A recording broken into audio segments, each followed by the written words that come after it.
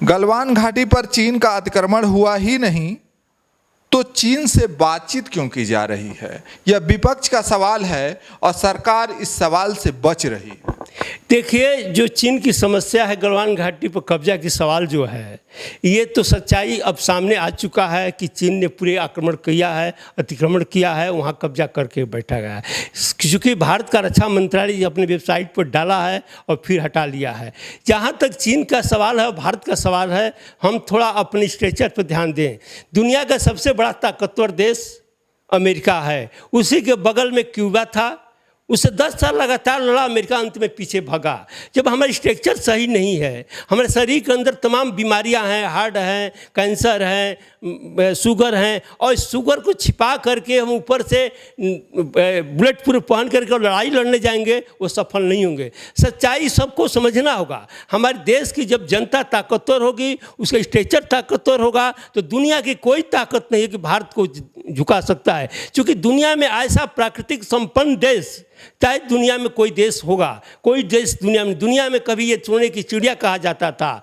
दुनिया में आज सोने की चिड़िया को लूट लूट करके हमारे नेताओं, विदेशी से लेकर स्वदेशी नेताओं तक लूट कर अपनी तिजोरियाँ भर ली और कहते हैं कि पाकिस्तान से हम लड़ेंगे, चीन से। कहीं दूर दूर तक चीन से लड़ना नहीं है। केवल चीन से लड़ने के नाम पर, रक्षा के नाम पर कमीशन खाने की धंधा बन चुका है, और रक्षा के नाम पर जो हथियार आता है, जो राफेल आता है, एक धंधा बन चुका है। विदेशी कंपनियों के हथियार खरीदना और उसके कमीशन खाना। जहाँ देश की सवाल है, मैं समझता हूँ कि अगर देश के स्ट्रक्चर मजबूत कर दिया जाए, या हर नौजवान को मजबूत कर दिया जाए, हर किसान को हर मजदूर को मजबूत कर दिया जाए, तो शायद चीन का बाप भी भारत से नहीं लड़ पाएगा। लेकिन दुर्भाग्य है कि नेता कुछ बोलते हैं कुछ और कहते कुछ और हैं, करते कुछ और हैं। यही भावनाओं से देश की हालत गंभीर है, और जाति धर्म को उलझा करके फिर हम एक दूसरी गुलामी के फंदे में बांधने का काम होने जा रहा है।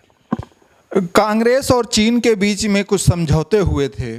उस समझौतों को लेकर के कम्युनिस्ट पार्टी एमएल और कम्युनिस्ट पार्टी याचिका दायर की है सुप्रीम कोर्ट में, जबकि आज उस सुप्रीम कोर्ट की जो याचिका दायर की गई थी उसको खारिज कर दिया गया है कि आप हाई कोर्ट में इस याचिका को दायर करें। इसका क्या मतलब है? अब देखिए, ये न्यायपालिका के न्याय के अंदर मामला इतना गहराई तो हम लोग नहीं समझ पाते हैं। जो सुप्रीम कोर्ट जो ये याचिका दाखिल किए हैं, इसको क्या कारण है, कौन सी कमियां हैं, इसके बारे में हम लोग को पूरी जानकारी नहीं है। ये समझने पढ़ने के बाद ही इस बात को सच्चाई पता चलेगा। अब जो विपक्ष है वो सवाल उठा रहा है, पवन खेड़ा हैं, वो प्रधानमंत्री से सवाल पूछ रहे हैं। वो लगभग 5-6 सवाल पूछे हैं। वो पूछे हैं कि चीन के साथ वास्तव में आपका संबंध क्या है? देखिए, चीन के वास्तविक संबंध ये हमारे नेता छिपा रहे हैं। इनके अंडरग्राउंड कुछ न कुछ समझौता है, जिस समझौता के तहत ये देश को अंदर अंदर इनकी समझौता, व्यवसाय, बिजनेस इसे जुटा हुआ है, और ये छिपा रहे हैं। फिर ऊपर ऊपर से चीन के विरोध में, चीन के प्रति नफरत फैलाने के काम कर रहे हैं। सच्चाई कुछ और है, जिस सच्चाई की वो बता नहीं रहे हैं। ये पूछ रहे हैं कि आप ये बताइए कि चीन के साथ आपके रिश्ते इतने विनम्र क्यों हैं? देखिए, विनम्रता के कारण इनके पास ये जो है अपने स्ट्रक्चर जो इनका मजबूत है नहीं, इनके पास अपनी जो ज़रूरत है, आवश्यकता है, उसके अनुकूल ये बन नहीं पाया आज तक। इसलिए ये इनके पास कई चीज़ फॉल्ट है जो कि बिना चीन के पास काम संपर्क रखे हुए ये आगे विकास के काम नहीं कर पाएंगे। वो कह रहे हैं कि आपकी पार्टी लोकसभा चुनाव में चीन की मदद क्यों ली? अब इनकी पार्टी लोकसभा के चुनाव में मदद क्यों रही, ये तो खुद वो जानते हैं। जो लोकसभा के जो पिछला चुनाव जो हुआ, जो समस्याएं जो के सामने जो थी, उसको भटकाने के लिए एक परमाणु कश्मीर और घटना करा दिया गया। अब मैं पूछना चाहता हूं कि जब 2014 से आने से पहले देश में सबसे बड़ा घोटाला था 2G स्पेक्ट्रम घोटाला, 2,75,000 करोड़ की।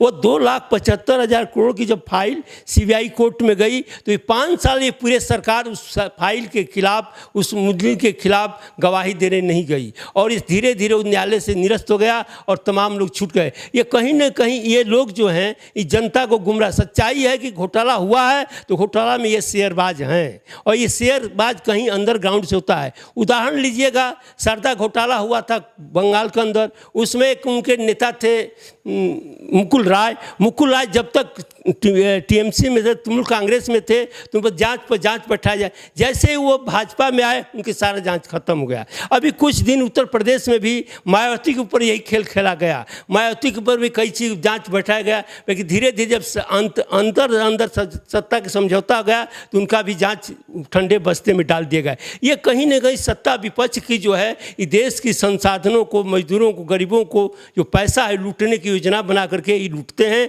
और जब लूटने में दिक्कत होती है तो कुछ न कुछ ही बहानाबाजी शुरू कर देते हैं। कन्हैया कुमार ने एक सवाल अच्छा खड़ा किया है कि Bharatiya Janata party skill India लेकर आई और नागपुर में जो बना हुआ मेट्रो स्टेशन है वो मेट्रो स्टेशन किस कंपनी ने बनाया है, तो वो चाइना की कंपनी बनाई है। तो वो कह रहे हैं कि क्या इंडिया के अंदर ऐसा स्किल है ही नहीं, अगर ऐसा स्किल नहीं है तो विदेश है तो विदेशों की कंपनियों को क्यों ऐसा ठेका दिया जा रहा है।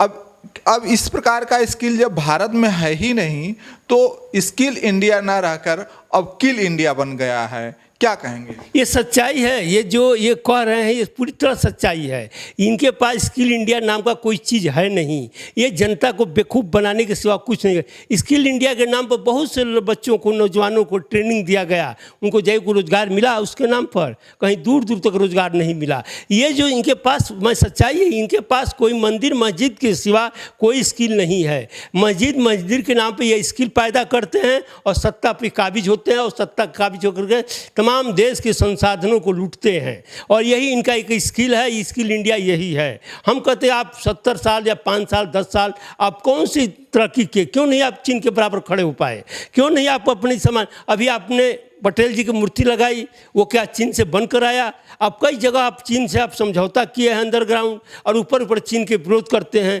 ये आप नकाब उतारिए और सच्चाई देश को समझिए। जब तक देश का श्रेष्ठ, देश का नौजवान, देश का किसान, देश का मजदूर जब तक मजबूत नहीं होगा ये देश सदियों तक पिछड़ा रहेगा।